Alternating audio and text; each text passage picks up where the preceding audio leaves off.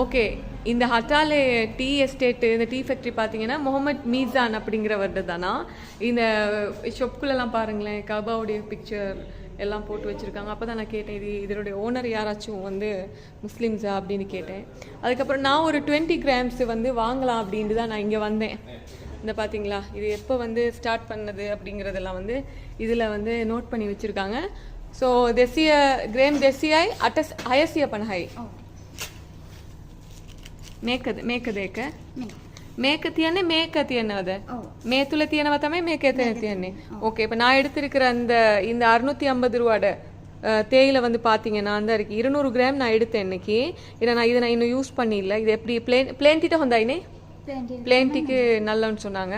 அதனால 200 கிராம்ஸ் வந்து நான் எடுத்திருக்கேன். போய் தான் நம்ம ஒரு டீ ஒன்று ஊற்றி பார்க்கணும். ஸோ நீங்களும் ஹத்தாலைக்கு வந்தீங்கன்னா இங்கே வந்து டீ வாங்கலாம்.